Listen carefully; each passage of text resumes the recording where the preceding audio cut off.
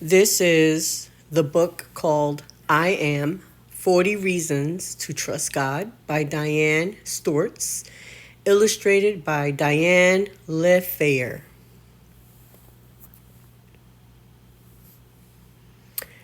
In this book, obviously, I'm dedicating it to my grandchildren.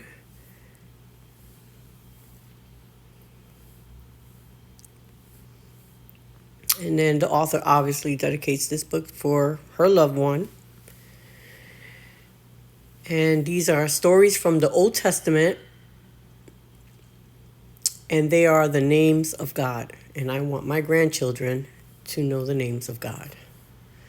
So I'll be reading from the book, Stories from the Old Testament. Okay, God is creator. Elohim, a very good world. In the beginning, God created the heavens and the earth. Genesis 1:1. From Genesis 1 through 2, long ago, God made everything out of nothing. First, God made the world, and then he began to fill it with beauty. God said, "Let there be light," and right away, light shone all around. God knew it was good. He parted the light from the darkness. God called the light day, and he called the darkness night. Evening came, then morning. The world was 1 day old. On the second day, God said, "Let there be sky," and the sparkling blue heavens appeared. Evening came, then morning. The world was 2 days old. Next, God said, "Waters, gather together so dry land can appear." The waters obeyed. God called the waters seas, and he called the dry land earth. God liked what he saw. It was good. Now let's plant trees.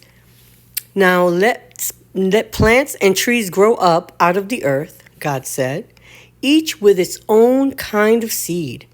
Pop, pop, pop. Plants with colorful, crunchy vegetables and sweet-smelling flowers sprang out of the ground. Trees grew tall and bloomed with delicious fruit. God liked what he saw.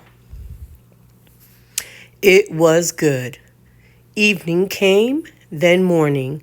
The world was 3 days old. On the fourth day, God decorated the sky. "Let there be lights in the heavens," he said.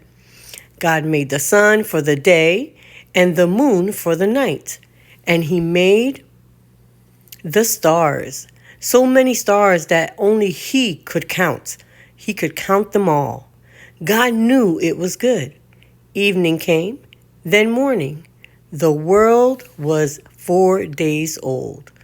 On the fifth day, God said, "Now for the living creatures. First, let's fill the seas and the heavens. Let there be big and small creatures to swim in the seas and birds to fly through the air. Swish, splash, swoosh." Fish and turtles and whales swarmed through the seas, and birds winged their way over the earth. God liked what he saw. It was good. Evening came, then morning. The world was 5 days old. On the sixth day, God said, "Let there be animals on the earth."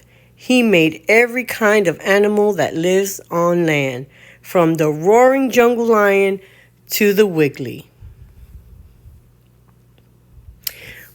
desert lizard. And God saw that it was good. But God had saved the best for last. Now the world was ready for people. "Let's make people in our image," God said. "They will take care of this beautiful world and all the living creatures and animals." So God made a man and a woman, Adam and Eve, and he blessed them. Evening came, then morning. The world was 6 days old. Everything God had made was very good, and on the seventh day, God rested.